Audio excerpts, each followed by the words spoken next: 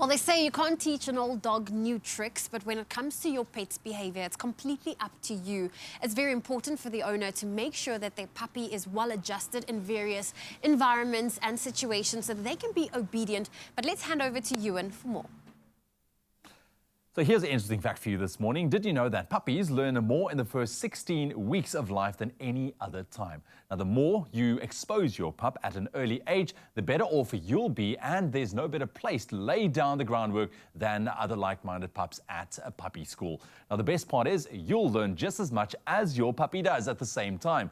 Now, this morning we have nutritional advisor and Hills Pet Nutrition South Africa, Marika Ackhurst, in studio to tell us exactly what we need to know with regards to puppy school. Marika, thank you very much for joining us this morning. Lovely to be here. Yeah, Bob, you know, you could just see you've got this aura when it comes to pups.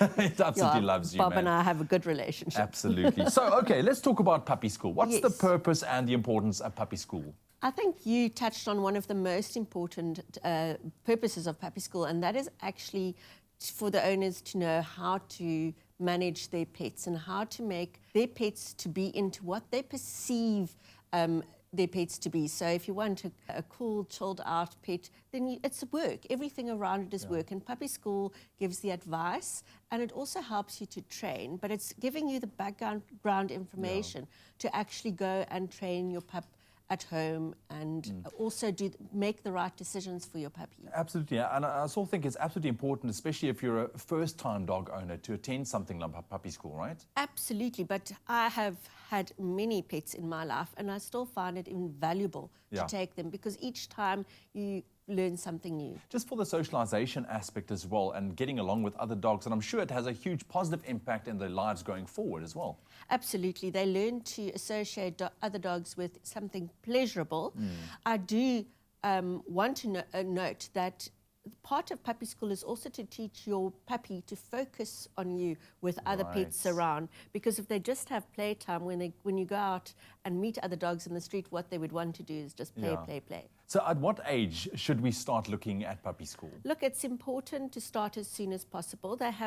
Puppies have this, as you mentioned, 16 weeks, the cut-off time, or not almost the cut-off time. But from about 3 weeks to 16, 20 weeks is they're like sponges. They learn everything. So you have to weigh that off against things that might be detrimental, like contagious diseases. So you ensure that your puppies are vaccinated. You ensure that you've checked with the clinic what the parvo status or contagious disease status is around there. And in the puppy school, what kind of environment they have. Is it easy to keep clean, for example? Exactly. Just quickly off topic, are there, I think, certain breeds that you would say should most definitely attend puppy school? Or is it a kind of across the board? I think it's advisable for all puppies to go. Understandably, those bigger breeds and the breeds that are known to be working dogs, etc., they need to go for, as you say, to ensure that they're laid back and don't fly out at everything. Gun dogs, for example, once again have to go because they just tell you what they want to do all the time. Aggression might not be the issue, but they just get a bit hyper or whatever.